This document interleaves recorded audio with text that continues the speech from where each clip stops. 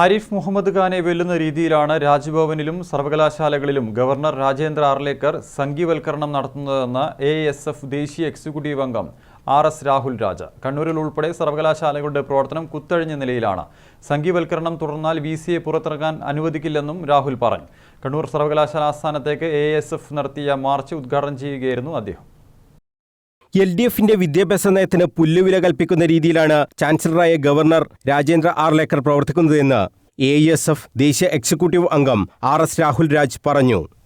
രാജ്ഭവനെയും സർവകലാശാലയെയും RSS വൽക്കരിക്കാനാണ് നീക്കം.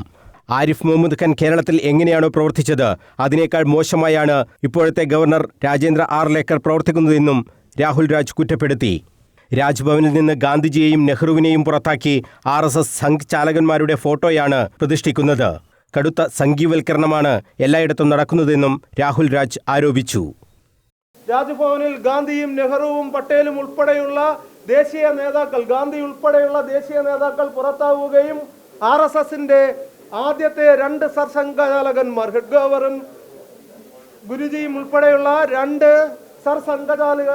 സംഘചാലകന്മാരുടെ photo വെച്ചുകൊണ്ട് RSSന്റെ കാര്യാലയത്തിന് സമാനമായിട്ട് നമ്മുടെ സംസ്ഥാനത്തെ ഗവർണറുടെ ആസ്ഥാനത്തെ മാറ്റുന്നതിന് വേണ്ടിയുള്ള ശ്രമം ഗവർണറുടെ ഭാഗത്തു നിന്നുണ്ടാകുമ്പോൾ അതിനെ കൂടി ചെറുക്കുന്നതിന് കേരളത്തിലെ ഇടതുപക്ഷ ജനാധിപത്യ മുന്നണിയുടെ ഗവൺമെന്റിന്റെ ഭാഗമായി നിൽക്കുന്ന CPIയോടൊപ്പം AISF ഉണ്ടാകുമെന്ന് കൂടിയാണ് ഈ സമരവുമായി ബന്ധപ്പെട്ട് AISFന് സൂചിപ്പിക്കുവാനുള്ളത്.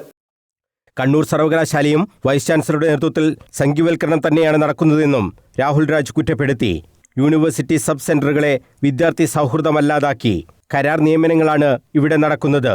ഉന്നത വിദ്യാഭ്യാസ മേഖലയിൽ സ്ഥിരം നിയമനം വേണം എന്നിരിക്കെയാണ് ഇത്തരം കരാർ നിയമനങ്ങളെന്നും രാഹുൽ രാജ് ആരോപിച്ചു. 4 വർഷ ഡിഗ്രി കൊട്ടുഘോഷിച്ചാണ് നടപ്പാക്കിയത്. അന്ന് തന്നെ AISF ആശങ്ക അറിയിച്ചിരുന്നു. മുഖ്യമന്ത്രിയെയും ഉന്നത വിദ്യാഭ്യാസ മന്ത്രിയെയും അറിയിച്ചിട്ടും ഇക്കാര്യത്തിൽ ഒരു നടപടിയും ഉണ്ടായില്ലെന്നും രാഹുൽ രാജ് കുറ്റപ്പെടുത്തി. ഉന്നത വിദ്യാഭ്യാസ മേഖലയാണ്, ഗുണനിലവാരമുള്ള അധ്യാപകരെയാണ് നിയമിക്കേണ്ടത്.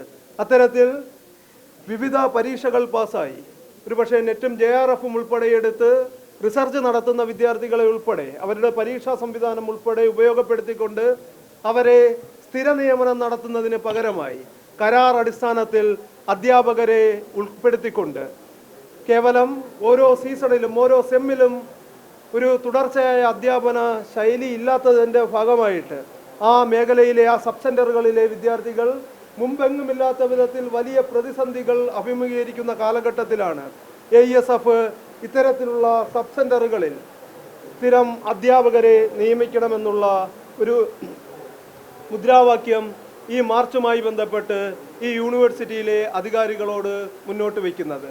ഫീസുകൾ കുത്തനെ ഉയർന്നു എന്നതുമാത്രമാണ് 4 വർഷ ഡിഗ്രിയുടെ മെച്ചമെന്നും അദ്ദേഹം കുറ്റപ്പെടുത്തി.